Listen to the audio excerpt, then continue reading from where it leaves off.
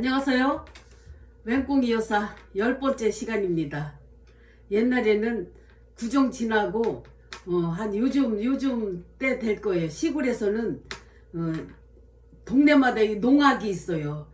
여름에 풍년들으라고 동네 농악대가 다 이렇게 다니면서 집집마다 다니면서 그냥 장구 치고 꽹가리 치고 풍장 치고 그렇게 하고, 앞에서는 이제 저기 각설이처럼 옷을 꾸미고 그냥 한 사람은 막 춤을 추고, 뒤에서 또 동네 사람들이 또 막 큰 소쿠리를 갖고 다니면서 동네에서 뭐 반찬 같은 거, 밥 같은 거 이렇게 이제 얻어가지고 가면은 동네에서 다 그렇게 먹거리를 준비해놨다가 그렇게 동네 농악대가 다니면은 다 그렇게 저기 줍니다. 그러면은 그걸 다 걷어가지고 집집마다 다 풍악놀이 하고, 이제 어느 큰 집에 모여서 그 이제 받아온 음식들을 다 펴놓고 같이 이렇게 먹고 즐기는 시간이 있었습니다. 옛날 생각이 나네요. 그 앞에서 각설이 저기 분장하고 옷차림으로 그렇게 하고 앞에서 다니시던 분이 저희 친정 엄마가 주로 하셨어요. 그래가지고 어렸을 때는 엄마가 그런 걸 하시면 그렇게 부끄러웠어요. 그렇게 부끄러웠는데 자녀들이 그 끼를 닮았는지 우리 형제들이 다 그런 쪽으로 좀 약간씩 그렇게 끼가 있습니다. 저도 그 DNA를 물려받아서 그런지 이렇게 노후에 또 다른 사람 앞에 가서 운동도 지도할 수 있는 용기가 생기고, 연극도 동아리 활동하면서 연극 동아리 활동도 하고 그런 것 같습니다. 저희 또 손자는 저 어린이 저기 그 뮤지컬 그 배우로 또 이렇게 활동을 하고 있습니다. 그런 게 다 지금 생각해 보니까 친정 엄마를 좀 닮아서 그러지 않았나 이렇게 생각이 듭니다.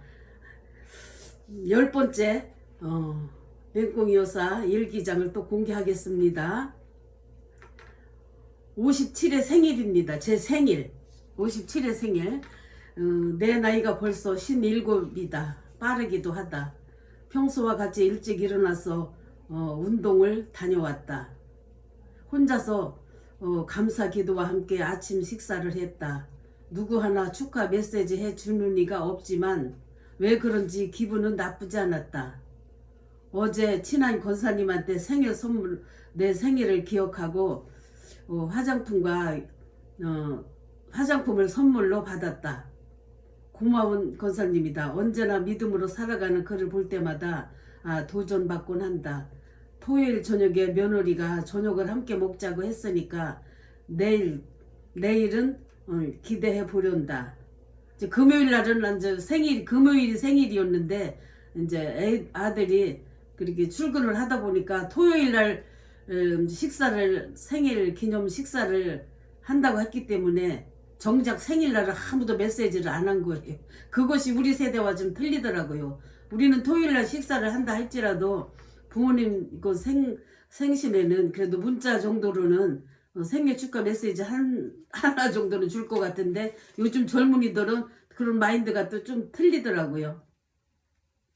작은 아들은 공동체 가족이 된 그 종갑이라는 아이가 현금 500만 원을 가지고 가출하는 일이 있어서 올 수 없다고 죄송하다는 전화가 왔다. 공동체 이렇게 아이들을 관리하다 보면은 가끔 그렇게 엉뚱한 짓을 할 때가 있어요.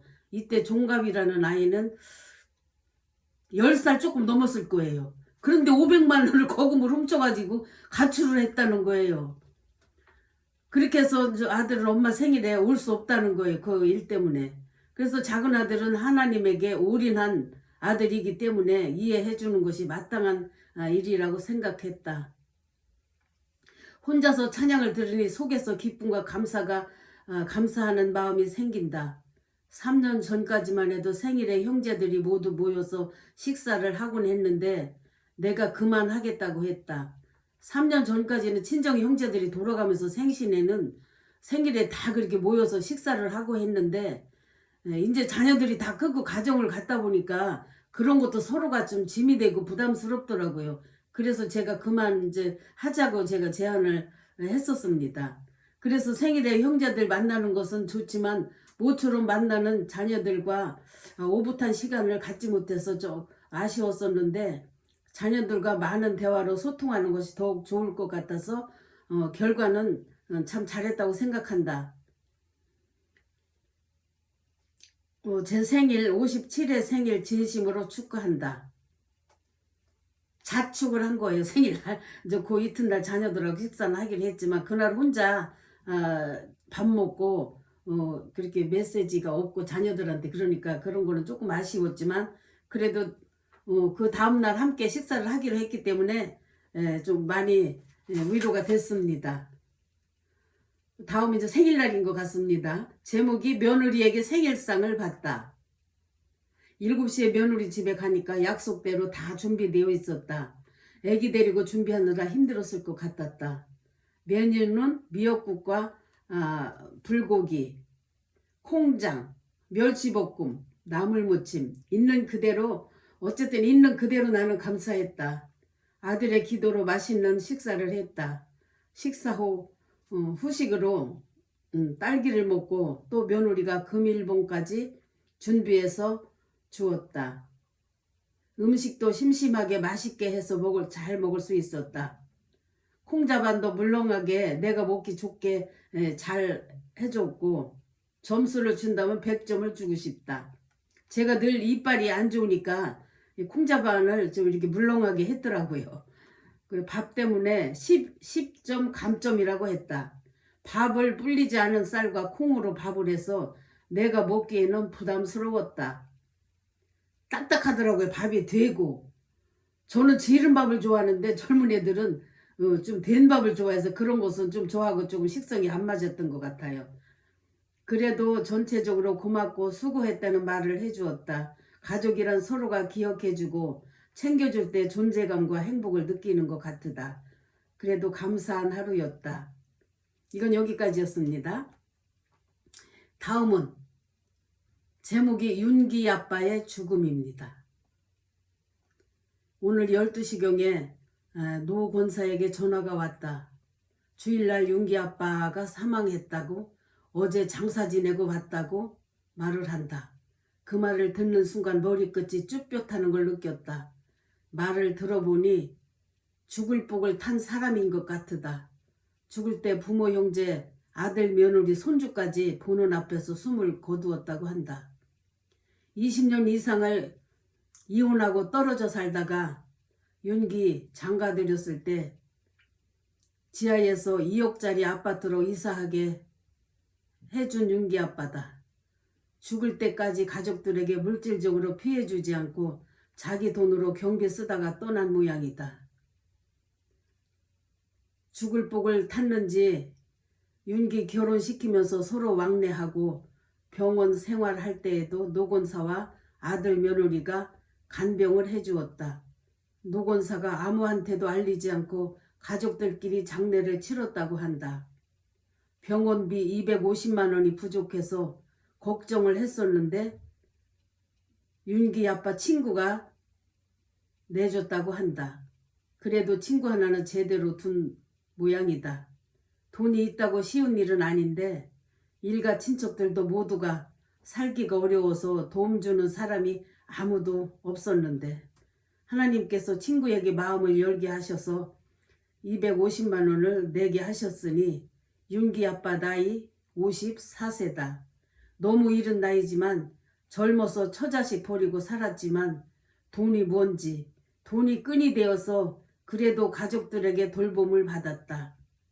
윤기가 어찌나 울던지 윤기 엄마도 그냥 서러워서 울었다고 한다. 미운 애, 고운 애 해도 부부의 인연이 뭔지 모르겠다. 윤기 아빠는 젊어서 결혼해서 얼마 안 돼서 애들이 아주 어렸을 때 다른 여자가 생겨가지고 이혼을 해서 따로 살았어요. 따로 살았는데 그래도 자기의 자식을 버리지 않고 생활비도 이렇게 애들 교육비도 이렇게 좀 부담을 해줬어요. 그렇게 살다가 이제 큰 부인은 이혼할 때 위자료조로 좀 어느 정도는 받은 모양인데 그걸로 장사하다가 홀딱 다 까먹은 거예요. 글쎄. 홀딱 다 까먹어가지고 단칸방 지하방에서 그 아들 둘 데리고 셋이 사는 거예요. 셋이 살았는데 이 아들이 이제 결혼할 때가 되어서 방을 얻어줘야 되는데 단돈 100만 원 한 장이 없는 거예요. 그때 이 남편이 오라고 해가지고 가정 형편을 다 들어보더니 방어들 돈이 없다고 하니까 이 아빠가 그렇게 2억을 내준 거예요. 2억을 줘가지고 결혼 비용하고 방도 얻을 수 있게끔 해줬어요. 그렇게 하니까는 금방 저기 아들하고 그 아빠하고 가까워진 거예요. 글쎄 돈이 뭔지 돈이 진짜 없으면 아무것도 아니더라고요. 그렇게 해서 죽을 때까지도 가족들의 그 둘러싸임으로 이렇게 소천을 한 모양입니다. 돈이 없었다면은 진짜 굉장히 불쌍하게 세상을 마감을 했을 건데 그렇게 된 모양입니다. 그 작은 부인은 남편이 이렇게 죽을 병에 들으니까 자기 앞가림 다 챙겨가지고 떠나더라고요. 그래가지고 갈 데가 없으니까 큰 부인한테 와서 그냥 사망할 때까지 큰 부인 그 이제 자기 자식과 이제 며느리 그 본 부인하고 같이 그렇게 간병을 받으면서 운명을 하셨다고 합니다. 참 옛날 얘기입니다. 들어보니까 이때가 2012년 2월 달에 있었던 일입니다. 다음에는 주덕이 엄마, 제목이 주덕이 엄마입니다. 오랜만에 주덕이 엄마에게서 소식이 왔다. 사람이 살다 보면 별일을 다 겪는다고는 했지만 주덕이 엄마는 너무도 연속적으로 어려움을 겪게 되어서 참으로 안타깝다. 30대에는 내가 주덕이 엄마를 굉장히 부러워했었는데 무엇이 잘못됐는지 이렇게까지 됐다. 그는 부잣집 딸이었다. 남편은 가난한 집 아들이었다. 그는 아들 셋에 딸 하나 외동딸이었다. 남편이 어찌나 따라다니던지 남편의 끈질긴 구애로 결혼을 했다. 남편이 공무원으로 농협에서 일을 하며 안정된 생활을 하며 살았다. 내가 아파트 상가에서 장사할 때 그는 멋진 아파트에서 주부로 살고 있었다. 그 시절에 나는 그를 많이 부러워했었다. 그런데 그의 남편이 유부녀와 바람이 나면서부터 삶이 변하기 시작했다. 바람핀 일이 세상에 알려지면서 직장도 잃게 되고 그동안 남편이 온갖 거짓말로 해외 출장이다 뭐다 하면서 여자와 돈을 쓰고 카드도 쓰고 하면서 빚을 많이 진 모양이다. 그 결과 집도 팔고 5천만 원짜리 전세로 가게 되면서 남편은 가출까지 했다. 5년인가를 1년에 한두 번 전화로 연락만 하면서 지냈다고 한다. 그 바람에 아들도 학교를 중퇴하고 알바를 해야 살 수 있었다. 그녀도 식당 허드렛 일을 해야 했고 주덕이 엄마도 식당에 다니면서 그때부터 이제 생활전선에 뛰어들은 거예요. 남편이 공무원은 바람을 피면 공무원직에서 잘리나 보더라고요. 그런데다가 가출까지 한 게 여기서 이 남편이. 그러니 먹고 살 수가 없으니까 대학교 다니던 아들도 그날부터 그냥 직장을 그만두고 생활전선에 나가고 이 엄마도 그렇게 집에서 아무 일도 안 하면서 살던 사람이 이제 돈 벌러 이제 식당 뭐 이런 데로 그렇게 나가기 시작을 한 거지요. 그러던 어느 날 남편이 호련히 집으로 거짓골을 하고 돌아왔다. 난 남편을 받아주지 말라고 했었다.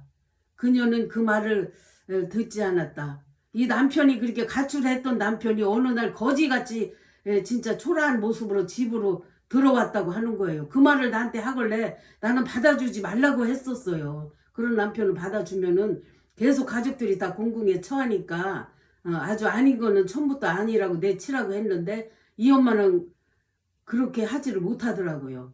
그래서 남편과 한 집에 살면서도 잠도 따로 자고 대화도 안 하고 식사도 함께 하지 않고 서로 남남처럼 살았는데 남편이 전세 5천을 빼서 3천만 원을 사업 미천하고 2천을 가지고 성남으로 월세를 가자고 했다. 얼마나 엉뚱한 남편이야 이거세. 집에 몇 년고 5년 정도를 안 들어오던 남편이 전세 5천짜리를 살고 있는데 그 5천을 빼가지고 3천은 자기가 사업한다고 하고 2천만 원짜리 전세를 얻자고 한 거예요. 자꾸 돈 좀 바깥으로 밀려나는 거예요. 그때도 나는 결사반대했었다. 전세금만큼은 지키라고. 강력하게 주장을 했었다. 그러나 그녀는 남편이 원하는 대로 하고 말았다. 성남으로 이사해서 3년 정도 살다가 남편이 또 제안을 했다. 부모님 모시는 조건으로 용인에 있는 임대아파트로 이사를 하고 남은 돈 2천만 원도 사업에 투자한다고 한다. 그리하여 큰아들에게 거짓말로 말을 해서 큰아들 돈 2천만 원을 임대아파트 보증금으로 지불했다고 한다. 얼마나 엉뚱한 남자예요. 나중에 큰아들 결혼하면 거기서 신혼살림을 하라고 철석같이 그렇게 알고 4년 정도를 살고 있었는데 전세 자금은 모두가 이제 남편 사업자금으로 들어간 거예요. 부모님 모시면 정부에서 좀 혜택을 주니까 임대아파트로 이제 모시는 조건 모시지도 않았어요. 그러면서 이제 아들이 그 알바에서 그렇게 한 2천만 원 정도 저축해 놓은 걸 그 돈을 임대아파트 보증금으로 넣고 임대아파트로 들어간 거예요. 글쎄. 그런데 갑자기 지난 구정 쇠고 남편이 가출을 했는데 알고 보니 임대아파트도 남편 명의로 돼 있었다. 그렇게 자기 아들 앞으로 임대아파트를 받는다고 하더니 자기 앞으로 한 거예요. 글쎄. 이 보증금마저도 글쎄. 그 보증금을 담보로 사채로 또 쓴 거예요. 또 사채업자에게 금전을 쓰고 사업장 임대료로 몇 개월씩 밀려있고 임대료도 이제 못 낸 거예요. 이 남편이. 하여튼 문제만 계속 그리고 만드는 남편이었어요. 직원들도 아가씨 한 명을 월급을 주지 않았다고 한다. 하여간 돈 문제가 얽히고 설켜서 나는 이해를 할 수가 없었다. 그 집 남편은 사업장을 3군데나 더 있더라고 한다. 액세서리를 조립해서 납품하는 일을 했다는데 그 사실을 알고 그녀는 2번씩이나 졸도하여 병원에 실려갔단다. 이 주덕이 엄마가 너무 들리는 소문마다 너무 기가 막힌 소문만 들리니까는 너무나 충격을 받아서 2번씩이나 졸도해가지고 응급실로 실려간 거예요. 아휴 참 하여튼. 그래서 그녀는 신경성으로 눈꺼풀이 내려앉는 병으로 고생 중이다. 그 충격으로 눈꺼풀이 내려앉는 거예요. 나 별병을 다 봤어야 했다. 눈을 뜨지를 못하는 게 눈꺼풀이 내려앉아가지고. 그래서 눈꺼풀이 올라가지 않아서 앞을 볼 수가 없어서 집에만 있으니까 돈이 없어 수술을 못하고 집에만 있었다. 친정 식구들도 잘 살고 있었으나 아무도 도움을 안 준다고 한다. 그래서 그 주덕이 엄마 큰아들 도움으로 수원에다가 허름한 방으로 이사를 하고 임대아파트에서도 쫓겨난 것이다. 이 아버지가 아버지 명의로 임대아파트를 받았는데 이 아버지가 계속 빚을 지고 사채도 많이 지고 하니까는 거기서도 쫓겨나는 거예요. 글쎄. 그래서 그 큰아들이 그 알바에서 조금씩 벌은 돈으로 수원에다 그냥 지하방 허름한 집으로 간 거예요. 이 엄마를 눈꺼풀 내려앉는 이 엄마를 모시고 간 거예요.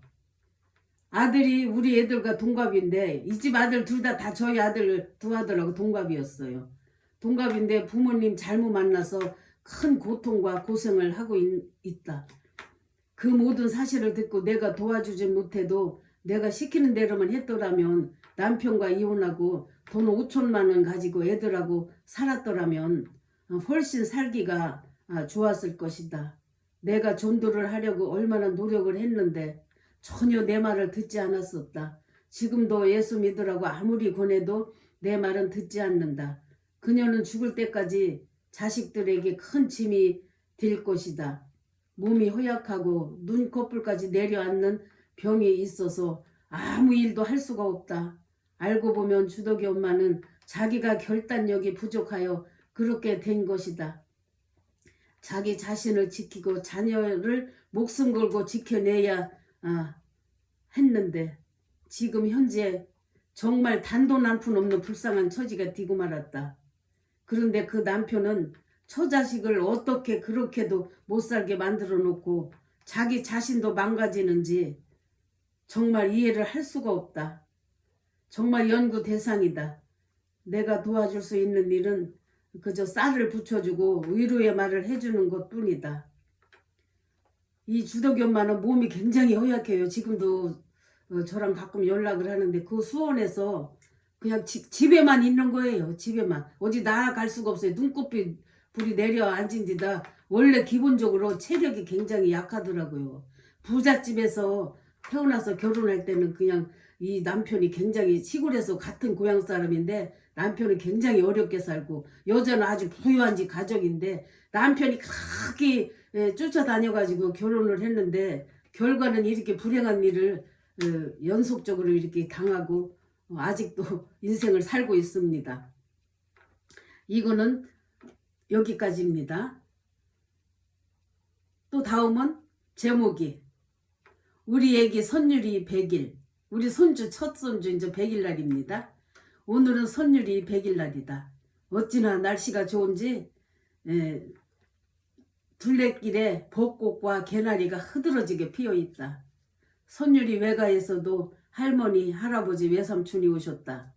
우리 집에서는 나랑 우리 작은 아들, 특별히 동생 딸 상이와 프레드가 와서 큰 기쁨을 주었다. 100일 선물로 나는 금반지를 해주고 상이는 예쁜 옷을 그리고 어제 형주 엄마가 애기 옷을 사가지고 가게로 왔었다. 형주 엄마는 우리 아들의 친구 엄마예요. 또 우리 구역 식구들, 교회 구역 식구들이 애기 턱바지와 모든 선물을 며느리에게 주니까 교회에서 이제 며느리 갖다 주라고 이렇게 이제 내 친한 그런 집사님, 권사님들이 선물을 주더라고요. 100일이라고. 그래서 며느리를 주니까 좋아한다. 7시에 동네 식당에서 식사를 하고 상이는 2시간 일찍 와서 주변에 벚꽃 구경도 하며 많은 대화를 했다. 사돈들을 만나니 어찌나 반가운지 언제나 겸손하고 소박한 사돈 자랑스럽다. 바쁜 중에도 먼 길 와주신 사돈 총각도 고마웠다. 즐거운 대화와 식사를 하고 집에 가서 과일을 먹으며 또 앨범도 보며 즐거운 시간을 보냈다. 10시쯤 헤어졌다. 공동체 목사님께서 특별히 금일봉을 100일 기념으로 주셨다.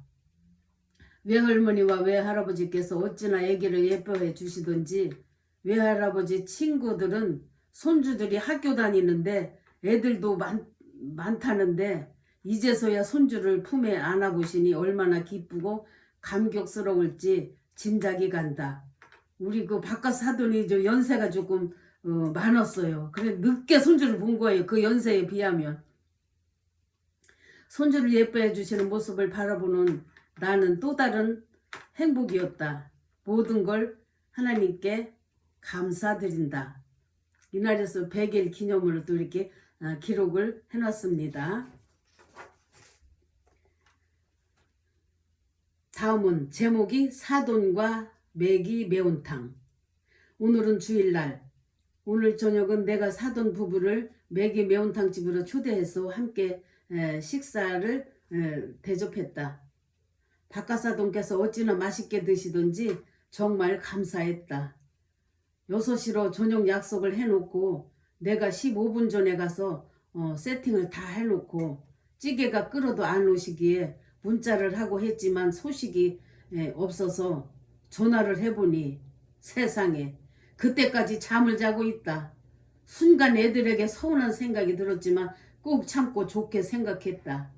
아니 세상에 그렇게 저녁 6시에 식사 대접을 다 예약을 했다고 알고 있는데 10분 전에도 안 오시는 거예요. 그래서 제가 아들한테 전화를 해보니까 그때까지 까맣게 다 잊어먹고 잠을 자고 있다니 내가 얼마나 황당하겠어요.